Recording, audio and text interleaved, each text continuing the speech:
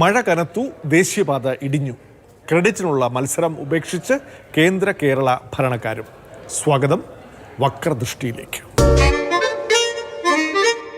രണ്ടാം പിണറായി സർക്കാരിൻ്റെ 4ാം വാർഷികത്തിന് പുറത്തിറക്കിയ പ്രോഗ്രസ് റിപ്പോർട്ടിൽ ഏറ്റവും കൂടുതൽ മാർക്ക് കിട്ടിയത് ദേശീയപാത വികസനത്തിനാണ്.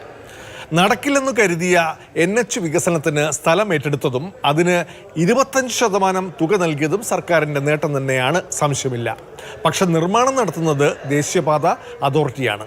പൊതുമരാമത്ത് മന്ത്രിക്ക് വേണമെങ്കിൽ പോയി നോക്കി പണി വിലയിരുത്താം എന്ന് മാത്രം. വടക്കൻ ജില്ലകളിൽ പണി പൂർത്തിയായ പാതകളിൽ ഇടയ്ക്കിടെ മന്ത്രി റിയാസ് ഇങ്ങനെ പരിശോധനയ്ക്കും പോയിരുന്നു. ഇടയ്ക്കിടെ റീൽസും ഇട്ടിരുന്നു. സർക്കാരിൻ്റെ 4ാം വാർഷികത്തിൻ്റെ തലേന്ന് കൊടും മഴയിൽ ചിലയിടങ്ങളിൽ നിർമ്മാണത്തിലിരുന്ന പാത തകർന്നതോടെ ശ്മശാന മൂകതയിലായി ആവേശ കമ്മിറ്റിക്കാർ. ഭരണക്കാരെ ട്രോളി കോൺഗ്രസ് പ്രതിപക്ഷവും റോഡിലിറങ്ങി. ആദ്യം മഴയ്ക്ക് മുമ്പുള്ള ദേശീയപാത വിശേഷം നോക്കാം.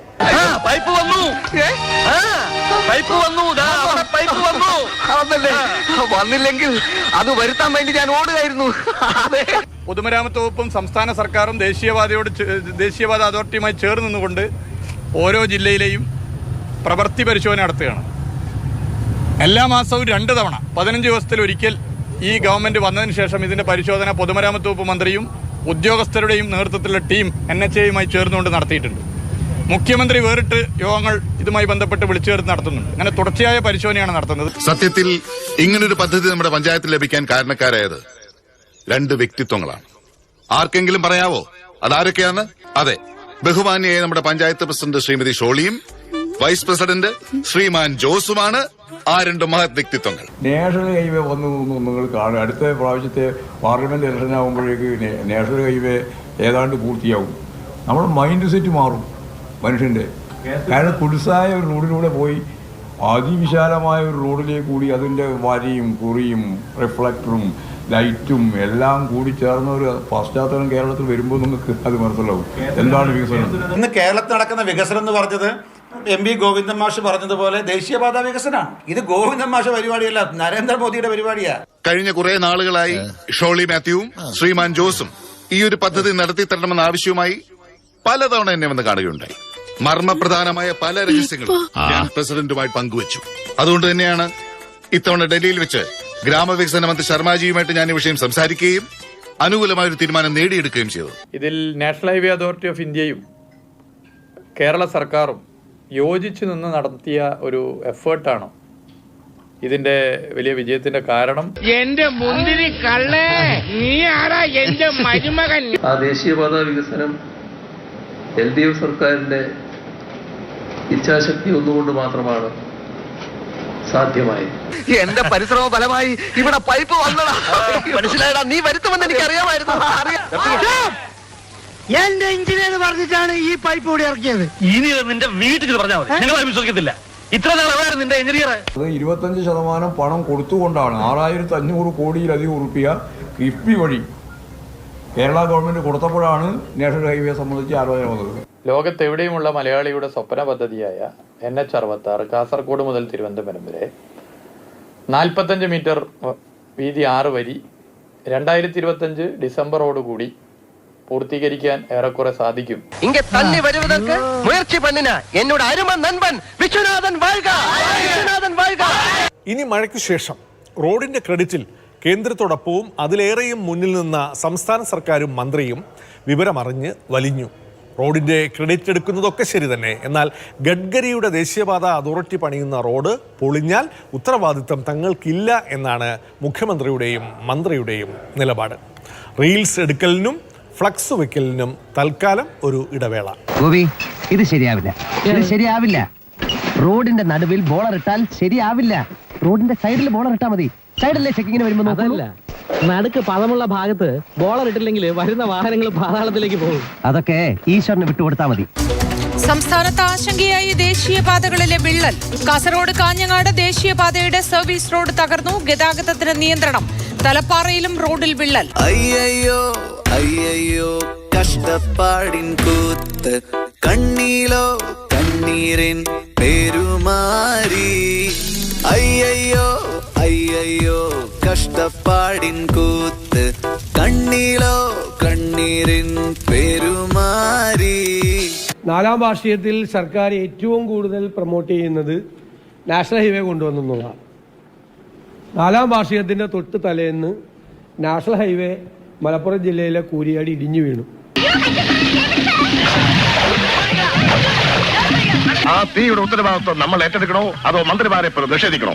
എന്തിനും ഞാൻ തയ്യാർ. ഏറ്റെടുത്ത കുഴപ്പം. അയ്യോ എന്നാ അത് വേണ്ട, നിഷേധിക്കാം. ആ നാഷണൽ ഹൈവേയുടെ നിർമ്മാണവുമായി ബന്ധപ്പെട്ട എല്ലാ കാര്യങ്ങളും, അതിന്റെ ആ മുതൽ ക്ഷ വരെയുള്ള കാര്യങ്ങൾ നിർവഹിക്കുന്നത് പൂർണ്ണമായും നാഷണൽ ഹൈവേ അതോറിറ്റിയാണ്. നീ ആയിക്കോട്ടെ, നിന്റെ മുഖമാടാ അതിന് പറ്റിയത്. പാവമനിയ എന്താ ചേട്ടാ? അല്ല, മുഖ്യമന്ത്രി പറഞ്ഞല്ലോ, ഈ നാഷണൽ ഹൈവേ നിർമ്മാണവുമായി ആ മുതൽ ഷാ വരെ ഒരു ബന്ധവും സംസ്ഥാന ഗവൺമെന്റ് അങ്ങ് സമ്മതിച്ചാൽ മതി. ഒരു ബന്ധമില്ല. സംസ്ഥാന സർക്കാരിന്റെ നിലപാട് നേരത്തെ തന്നെ ബഹുമാനപ്പെട്ട മുഖ്യമന്ത്രി വ്യക്തമാക്കിയതാണ്. സംസ്ഥാന സർക്കാരിനെ ആക്രമിക്കാനുള്ള വലിയ ശ്രമമാണ് നടത്തിക്കൊണ്ടിരിക്കുന്നത്. അവളോട് കുറച്ച് തവണ ചിരിച്ചിട്ടുണ്ടെന്നല്ലാതെ അവളും ഞാനുമായിട്ട് യാതൊരു ബന്ധവുമില്ല. അതിന് ഒരു തരത്തിലുള്ള പങ്കാളിത്തവും നമ്മുടെ പൊതുമരാമത്ത് വകുപ്പിനോ കേരള ഗവൺമെന്റിനോ ഇല്ല.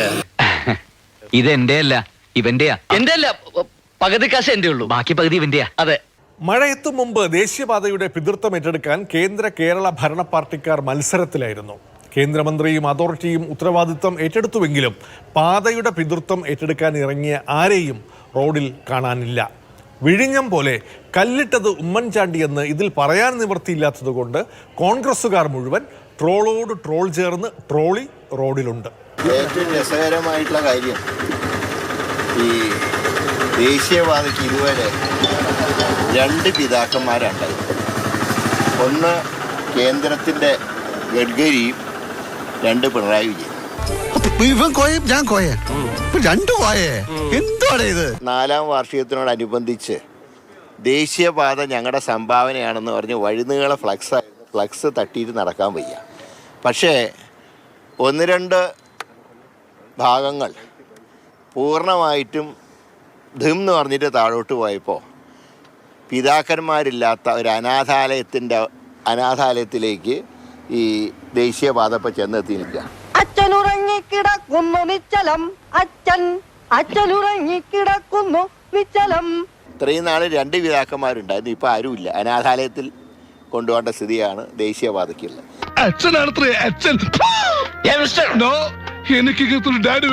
അപ്പൊ ആരും ഇല്ല ഇതിനകത്ത് ഉത്തരവാദിത്തം ഏറ്റെടുക്കാൻ. ഇതിന്റെ ക്രെഡിറ്റ് എടുത്തുകൊണ്ട് വരുന്ന സ്റ്റേറ്റ് ഗവൺമെന്റും തയ്യാറല്ല. ഞങ്ങളുടെ സർക്കാരിനെ പറഞ്ഞാലല്ല.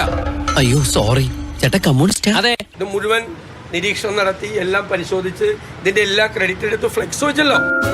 എല്ലാ മാസവും 2 തവണ 15 ദിവസത്തിലൊരിക്കൽ ഈ ഗവൺമെന്റ് വന്നതിന് ശേഷം ഇതിന്റെ പരിശോധന പൊതുമരാമത്ത് വകുപ്പ് മന്ത്രിയും ഉദ്യോഗസ്ഥരുടെയും നേതൃത്വത്തിലുള്ള ടീം NHAയുമായി ചേർന്നുകൊണ്ട് നടത്തിയിട്ടുണ്ട്. ഫ്ലെക്സ് വെച്ചല്ലോ എല്ലായിടത്തും. ഇതിന്റെ ക്രെഡിറ്റ് എടുത്തോണ്ട് അവരാരും ഇല്ലല്ലോ ഇപ്പോ. എന്തോ ആ കൂട്ടുകാരനൊക്കെ ചത്തിട്ടുണ്ടെങ്കിൽ അടുത്ത ഞാനാണെന്ന് പറയണ്ട. പിന്നെ അത് വേണമെങ്കിൽ നീയാണെന്ന് പറഞ്ഞു.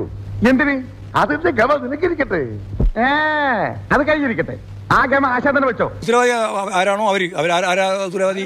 അപ്പൊ അതിന്റെ ക്രെഡിറ്റ് അവകാശപ്പെട്ടിരുന്ന ആളുകൾക്ക് അതിന്റെ അകത്ത് ഉത്തരവാദിത്വം ഉണ്ട്. അതിന്റെ ഉത്തരവാദി ആരാണോ നിർമ്മിക്കുന്നത്, ആ നിർമ്മിക്കുന്ന ഏജൻസി തന്നെയാണ്. അത് നാഷണൽ ഹൈവേ അതോറിറ്റിയാണ്. ഈശ്വര, ഇതൊക്കെ എന്റെ തലയിലാവൂലോ. അതൊന്നും കേരളത്തിലെ PWD അല്ലല്ലോ ചെയ്യുന്നത്. അതെല്ലാം ചെയ്യാൻ ഉത്തരവാദപ്പെട്ടവര് നാഷണൽ ഹൈവേ അതോറിറ്റിയും അതിന്റെ കേന്ദ്ര വകുപ്പുമാണ്. ദേശീയപാതയിലെ റീൽസ് ഇടൽ മാത്രമേ മന്ത്രി റിയാസ് താൽക്കാലികമായി നിർത്തിവച്ചിട്ടുള്ളൂ. പണി കഴിഞ്ഞ മറ്റു റോഡുകളിലെ റീൽസ് ചിത്രീകരണം തുടരും. അപ്പച്ചാ, ഞാൻ ഈ ഇമേജ് കൂട്ടുന്ന കാര്യത്തെ കുറിച്ച് ചിന്തിക്കുക.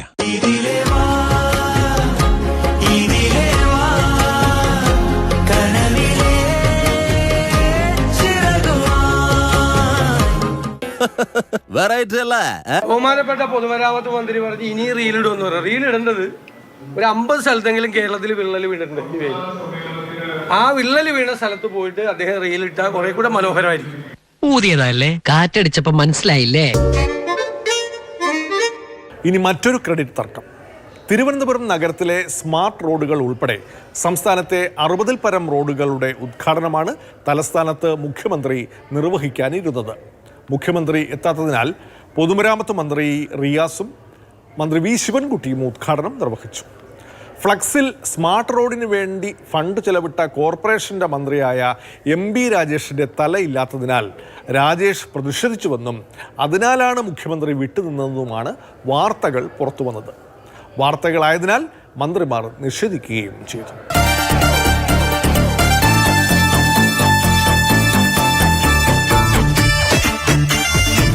ആരെങ്കിലും കാണുന്നതിന് മുമ്പ് കെട്ടിയിട്ടിറങ്ങി വാടാവൂ. പണ്ടൊക്കെ ജനങ്ങൾ തോളിലേറ്റുമ്പോഴാണ് നേതാക്കൾ വിവരങ്ങളിലെത്തിയിരുന്നത്.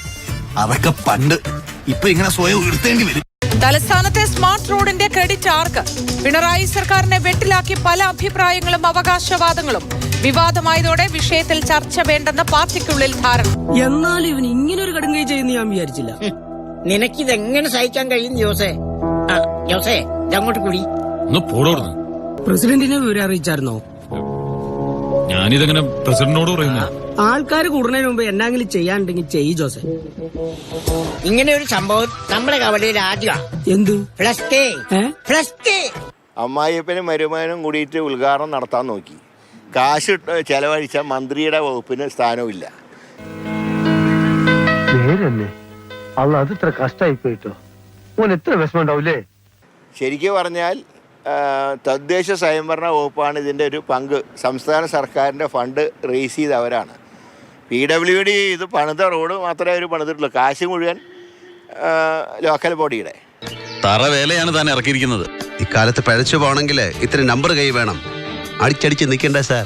നിർമ്മാണം നടത്തിയത് മാത്രം PWD. പക്ഷേ ഉദ്ഘാടനം വന്നപ്പോൾ മറ്റ് ഇതിൻ്റെ വകുപ്പ് മന്ത്രി ഔട്ട്. അമ്മായിയപ്പനും മരുമകനും കൂടെ ഉദ്ഘാടനം നടത്താൻ നോക്കി. അവസാനം അമ്മായിയപ്പൻ പിന്മാറി. അതാണ് സംഭവിച്ചത്. ഇപ്പോൾ നല്ല റോഡുകൾ വരുന്നത് പൊതുവെ നല്ല മനസ്സുള്ള എല്ലാവരും സന്തോഷിക്കും, അംഗീകരിക്കും. മനസ്സിന് കുഴപ്പമുള്ളവർക്കാണ് ഇതിൽ സന്തോഷമില്ലാതെ വരിക. ഒരുമാതിരി കണ്ണിച്ചോരലെ ചവർത്താനും പറയടേ. കഷ്ടപ്പാട് എനിക്കുണ്ട്. ഇത്രയും കാലം ഈ വട്ടിന് ഉടുപ്പ് പാവാട പാവ മരുന്ന് മങ്ങിയൊക്കെ മേടിച്ച ഞാനാ. അതിന്റെ കണക്കോ? അതിന്റെ കണക്ക് നീ വേറെ വെച്ചോ. ഒരുപാട് കാര്യങ്ങൾ അറിയാം, പുറത്തു പറയാനാവുന്നേ സമയം. വരട്ടെ, പുറത്തേക്ക് വരട്ടെ. നമ്മളത് പറഞ്ഞുകൊണ്ടിരുന്ന പിന്നെ പുറത്തേക്ക് വരില്ല മുഴുവൻ. കുറച്ചുകൂടി പുറത്തേക്ക് വരാനുണ്ട്. മന്ത്രിമാർ തമ്മിലുള്ള എന്നാ എന്ത് പറഞ്ഞ പടലപ്പണക്കം, അങ്ങനെ ഒരു പടക്കവും ഇല്ല. നല്ല യോജിപ്പിലാണ് മന്ത്രിമാരുള്ളത്. മന്ത്രിമാരെ സംബന്ധിച്ചിടത്തോളം ഞങ്ങൾ ചർച്ച ചെയ്യേണ്ട പ്രശ്നവും വരുന്നില്ല. അങ്ങനെ ഒരു പ്രശ്നമേ ഉത്ഭവിക്കുന്നില്ല. അതുകൊണ്ടാണ് ഞാൻ പറഞ്ഞത്, ഇങ്ങനെയുള്ള നിരവധിയായ അസംബന്ധങ്ങൾ ഇനിയും വന്നുകൊണ്ടിരിക്കും. നമ്മുടെ ആളുകൾ, ജനങ്ങൾ ഇതെല്ലാം കരുതിയിരിക്കണം എന്നാണ് എനിക്ക് പറയാനുള്ളത്. സാർ ഇത് കണ്ടില്ലേ? പത്രത്തിൽ പടം വരണം എന്നൊക്കെ ഒരു കാലത്ത് എനിക്ക് ആഗ്രഹമുണ്ടായിരുന്നു. ഇന്നില്ല സാർ. പക്ഷെ വല്ലവരും ജോലി ചെയ്തതിന്റെ ക്രെഡിറ്റ് സ്വന്തമാക്കാനുള്ള അമ്മായിയപ്പന്റെ മരുമകന്റെ ആഗ്രഹം അത് കുറച്ച് കടന്നുപോയി. പൊന്നിൻ കുടത്തിന് എന്തിനാടോ പൊട്ട്? വേണ്ട വേണ്ട, ഇങ്ങനെ പറഞ്ഞ് സാറിനെ സൂചിപ്പിക്കുകയൊന്നും വേണ്ട. കുറച്ചുകൂടി സാധനങ്ങൾ പുറത്തേക്ക് വരാനുണ്ട്. അത് വരട്ടെ, അത് വന്നോളും. ഇതൊന്നും ആർക്കും തടുത്തു നിർത്താൻ പറ്റില്ല. ഇതൊന്നും തടുത്തു നിർത്താൻ പറ്റില്ല. ഒരു പ്രൊമോഷൻ ക്യാമ്പയിനും തടുത്തു നിർത്താൻ പറ്റില്ല. കാര്യങ്ങളൊക്കെ കൈവിട്ട് പോയല്ലോ തിരുവട്ടമാ. MB രാജേഷ് വാർത്ത നിഷേധിക്കുമ്പോൾ ഇനി ബന്ധപ്പെട്ട മന്ത്രിമാരുടെ തല ഉറപ്പാക്കുമെന്ന് പാർട്ടി സെക്രട്ടറി MV ഗോവിന്ദൻ ഉറപ്പു നൽകുന്നു. ഞാൻ എന്താ ചെയ്യണ്ടേ? ഇനി ഞാൻ പറയുന്നതേ നീ കേൾക്കൂ, ഞാൻ പറയുന്നതേ നീ ചെയ്യൂ. ആ വാർത്ത തീർത്തും അടിസ്ഥാനരഹിതമാണ്, വസ്തുതാവിരുദ്ധമാണ്. അത്തരം വാർത്തകൾ ഒരന്വേഷണവുമില്ലാതെ കൊടുക്കുന്നത് അങ്ങേയറ്റത്തെ അന്യായമാണ്. ഇതാ ഞാൻ പറഞ്ഞത്. ബുദ്ധി ഉണ്ടെങ്കിൽ ഏത് കൊലകൊമ്പനെയും നമുക്ക് തളയ്ക്കാൻ നോക്കും. സത്യം പറയാലോ, ജീവിതത്തിൽ ആദ്യമായിട്ട് ഈ ഒരു ഐഡിയക്ക് നിന്നോട് എനിക്ക് ബഹുമാനം തോന്നുന്നുണ്ട്. വലിയൊരു ബുദ്ധിരാശ്വാസൻ. ഞാൻ മുഖ്യമന്ത്രിയെ കണ്ട് പരാതിപ്പെട്ടു എന്ന് തെറ്റായിട്ടുള്ള വാർത്തയാണ് വന്നത്. തീർത്തും അടിസ്ഥാനരഹിതമായിട്ടുള്ള കാര്യമാണ്. അങ്ങനെ ഒരു കാര്യമേ ഉണ്ടായിട്ടില്ല. ഇപ്പോൾ തെരഞ്ഞെടുപ്പ് വർഷമാണ്, ഇനിയും ഇത്തരത്തിലുള്ള വാർത്തകൾ വരും എന്നുള്ളത് അറിയാം. അപ്പോൾ ഇതൊന്നും നിഷ്കളങ്കമായിട്ട് കൊടുക്കുന്നതല്ലല്ലോ, നിരുപദ്രവകരമായിട്ടും കൊടുക്കുന്നതല്ല. അപ്പോൾ തെരഞ്ഞെടുപ്പ് വർഷം ഇനിയും ഇത്തരത്തിലുള്ള പലതും പ്രതീക്ഷിക്കേണ്ടി വരും. പൊതുമരാമത്തുമായി ബന്ധപ്പെട്ടതിലെല്ലാം പൊതുമരാമത്തിന്റെ മന്ത്രിയുടെ ഫോട്ടോ ഉണ്ടാവും. തദ്ദേശ വകുപ്പിന്റെ ഭാഗമായി വരുന്നതിലെല്ലാം തദ്ദേശ വകുപ്പിന്റെ ഫോട്ടോ ഉണ്ടാവും.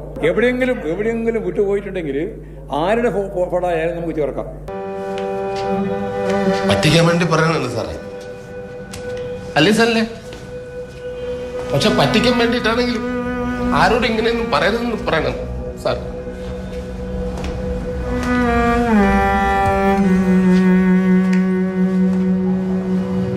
പ്രധാനമന്ത്രിയുടെ തല വയ്ക്കാത്തതിലാണ് BJPയുടെ പ്രതിഷേധം.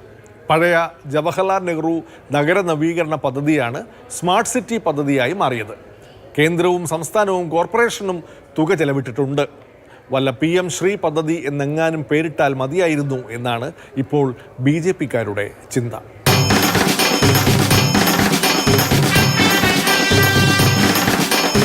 നമുക്ക് കൈവന്നിരിക്കുന്നത് ഒരു സുവർണാവസരമാണ്. അത് പരമാവധി നമ്മൾ മുതലെടുക്കണം. എങ്ങനെ?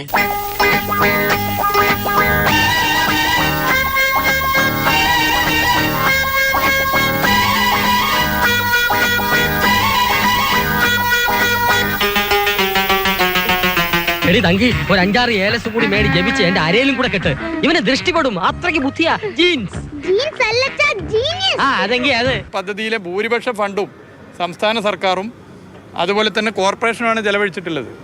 കേന്ദ്ര സർക്കാർ നൽകിയെന്ന് പറയുന്ന ഫണ്ട് എന്തോ ഔദാര്യമായിട്ട് തന്നതുപോലെയാണ് ഇവിടെ ചിലർ പറയുന്നത്. അവരുടെ മനസ്സിന്റെ പ്രശ്നമാണ്. ഞങ്ങൾ വിളിച്ചു പറയുന്നതും നിങ്ങൾ ലോണായി കൊടുക്കുന്നതും എന്റെ നിങ്ങളുടെ വീട്ടിലെ കാശല്ല. നമ്മൾ നികുതി പൈസ അടച്ചിട്ട് നമുക്ക് തിരിച്ചു വരുന്ന പണം അത് ആരുടെയെങ്കിലും കർത്താവിന്റെ നാമത്തിൽ ബാക്കി പറയരുത്. അവരുടെ ഭാഷയെ പറയുകയാണെങ്കിൽ ഞാൻ കുറച്ച് കടന്നു പറയേണ്ടി വരും. ഇപ്പോൾ പലപ്പോഴും അത് ശ്രദ്ധിച്ചിട്ടാണ് പറയുന്നത്.